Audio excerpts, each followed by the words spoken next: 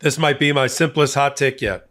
You're either for the rule of law and you understand what the United States Constitution stands for, and you know how to defend it, and you're for all aspects of it, including the due process right under the Fifth Amendment, the right to have a counsel of your choice in the Sixth Amendment, the right against cruel and unusual punishment in the Eighth Amendment, and you take all the amendments with you, or you don't. And if you're going to support the rule of law, then you have to do it regardless of party. That's what we just saw with Paul Clement. I mean, a Republican firebrand, a conservative icon. He's a poster child for the Republicans and the Federalist movement, having been George Bush's Solicitor General. And what's he done lately? He's decided to join for the rule of law and to protect Judge Hannah Dugan, having joined her criminal defense team. She's the judge in Milwaukee a couple of weeks ago who was picked up on trumped up federal charges because she was just making sure that the rule of law was properly administered in her courtroom and in her courthouse in Milwaukee. And she got a criminal complaint against her, not an indictment, but a criminal complaint against her, and picked up for a perp walk. And that must have pissed off Paul Clement, the Solicitor General for George Bush, because he stepped forward. He's picked his moments, but he stepped forward now in a couple of key places to oppose the Trump administration against much political and personal sacrifice. It's no other way to put it. You know, who's to say that tomorrow I won't be reporting on a new executive order against Paul Clement by Donald Trump, making him persona non grata, kicking him out of federal courthouses, taking away his security clearance because he's opposing Donald Trump. He had no choice but to defend Hannah Dugan. We all have to defend Hannah Dugan, and all the Hannah Dugans, we are Hannah Dugan, because she wouldn't let the feds arrest somebody on a phony, effectively a phony arrest warrant, not even issued by a judge, issued by some administrator in ICE from an administration that can't be trusted to even recognize due process, to even recognize the rights under the Constitution and immigration law. The Supreme Court is deeply skeptical of them. Federal courts are deeply skeptical of the Trump administration. They're in open disobedience related to immigration. And they want Judge Dugan to let them pick up somebody after she's done in her criminal courtroom with them because they wave around an administrative warrant? I think not. And then they're going to arrest her and perp walk her in order to make an example of her?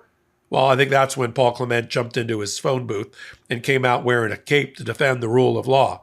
There's very few times in my life I thought I would agree with Paul Clement. He's argued over 100 cases to the United States Supreme Court, most of them on the wrong side for me. But he's on the right side of justice right now. And I'm going to talk about it right here on the MeidasTouch Network at Legal AF. The only other times we talked about Paul Clement prior to Legal AF is when we would talk about him being on the wrong side of the transgender rights issue, the wrong side of gay marriage, the wrong side of Obamacare. And the list goes on. In fact, if you gave me the top 100 cases that Paul Clement argued as Solicitor General to the United States Supreme Court, I would tell you in 97 times out of that 100, I would disagree with his position. But he's been picking his moments, and he does have, because of his GOP bona fides, his Republican conservative bona fides, he has a certain amount of gravitas, a certain amount of swagger that comes with that. And when he decides he's going to step in, and I've seen him now step forward during the Trump era, this time around, three separate times, sort of put his toe in the water when Judge Ho in New York appointed him to advise Judge Ho about whether the Department of Justice, suffused with all sorts of corruption and scandal about the Mayor Adams indictment, could dismiss that indictment in order to get him to play ball on immigration or not.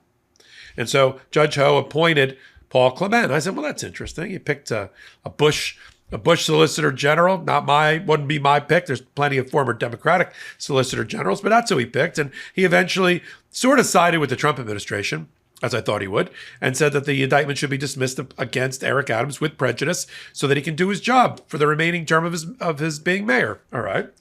But then Donald Trump tried to put 14 or 15 law firms on the blacklist.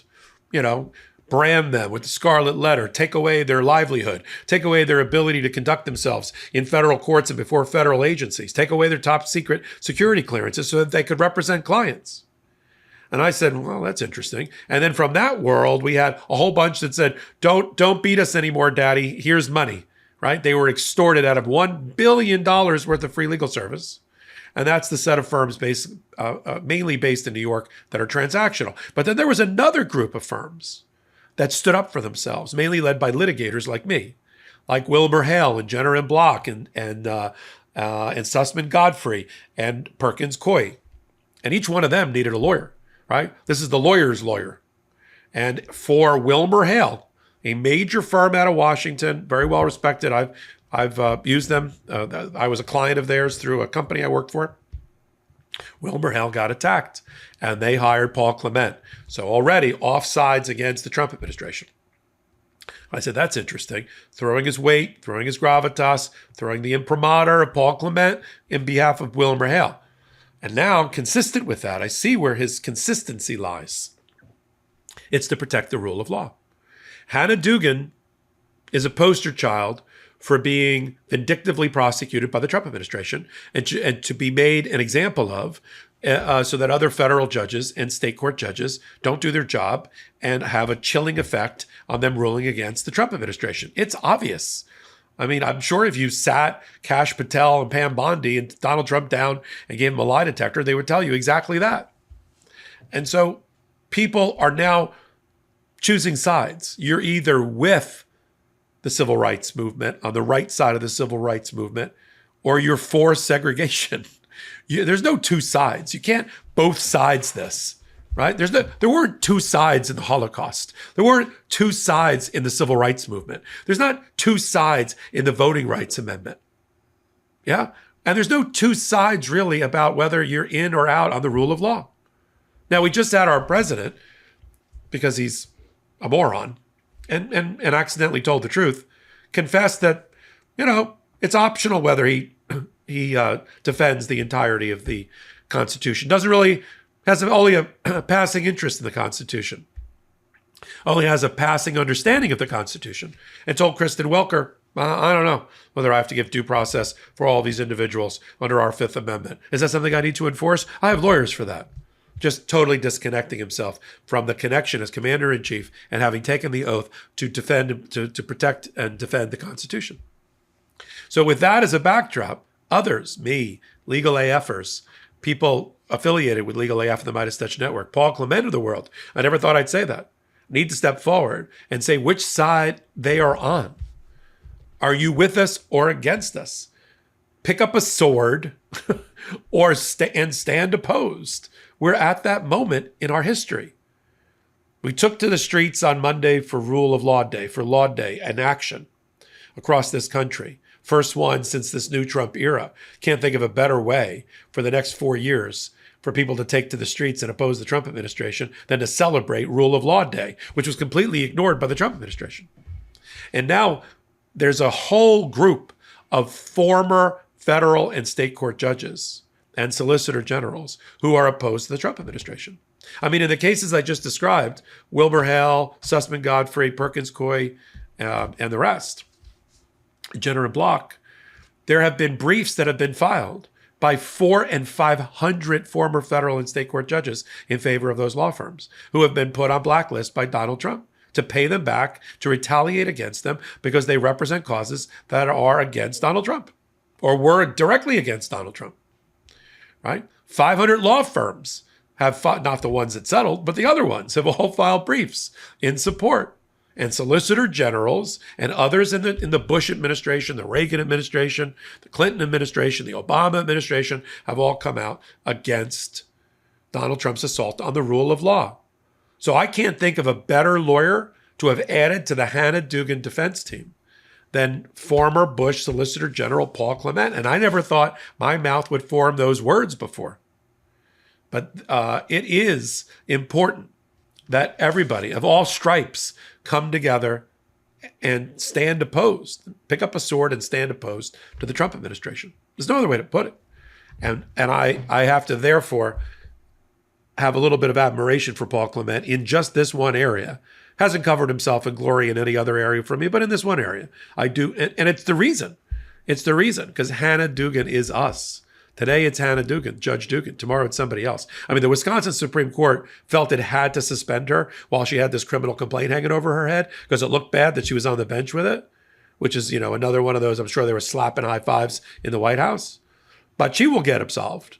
And I'm not even sure there's going to be a grand jury in Wisconsin that's going to indict her.